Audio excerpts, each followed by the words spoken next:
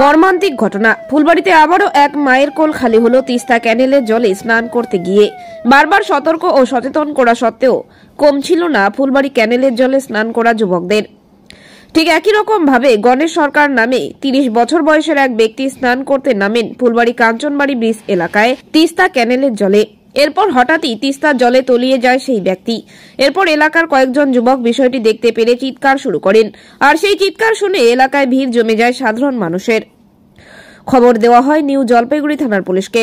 ততক্ষণে সেই এলাকার বেশ কয়েকজন যুবক তিস্তার জলে ডুবে যাওয়া যুবকের তল্লাশি শুরু করেন এবং কয়েক ঘন্টা তল্লাশির পর তিস্তার জলে ডুবে যাওয়া যুবকের দেহ উদ্ধার করেন তারা।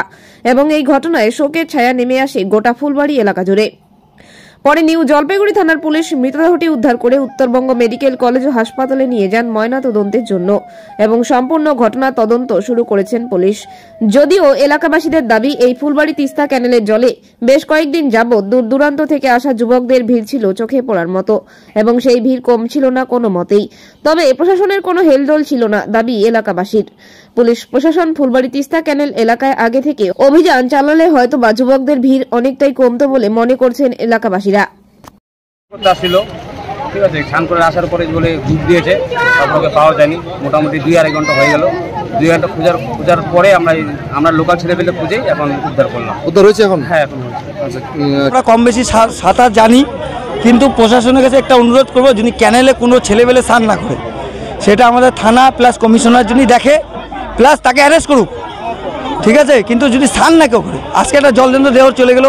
3 দিন আগে আমরা রাজকাপুরের সামনে আমরা একজনকে বাঁচাইছি, কিন্তু আজকে পারলাম না, আমাদের দুঃখ।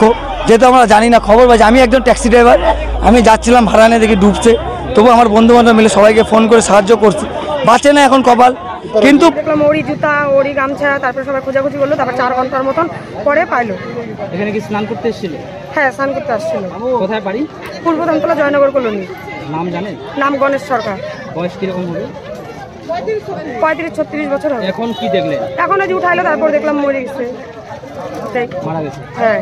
ও বাড়িতে কে কে আছে? ওর বাড়িতে হলো 2 ভাই ওরা, আর হলো মা বাবা, বয়স্ক মা বাবা, ওনার হলো বউ আছে আর একটা বাচ্চা আছে, মেয়ে বাচ্চা ছোট। এই যে ওনার বড় দাদা। আপনাদের পাশে বাড়ি? হ্যাঁ, আমাদের বাড়ির পাশাপাশি বাড়ি। কতটা খারাপ লাগছে এই যে স্নান করতে? অনেকটাই খারাপ লাগছে। বাড়ির পাশে ছেলে, আমি স্নান করতে আসলাম, তখন আমি কথা বললাম, একদম আমাদের বাড়ির পাশে সবসময় যাওয়া আসা করি, আমাদের তো খারাপ লাগে। কি বলবেন, এখানে অনেকে স্নান করতে আসে, অনেকে মারা যায় এখানে, এটা কি স্নান করাটা ঠিক? এখানে এটা তো ঠিক না। এখন কি করবো, সবাই তো বলে, তাও শুনে না, স্নান করতে আসে।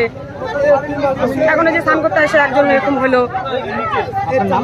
আমার নাম ময়না।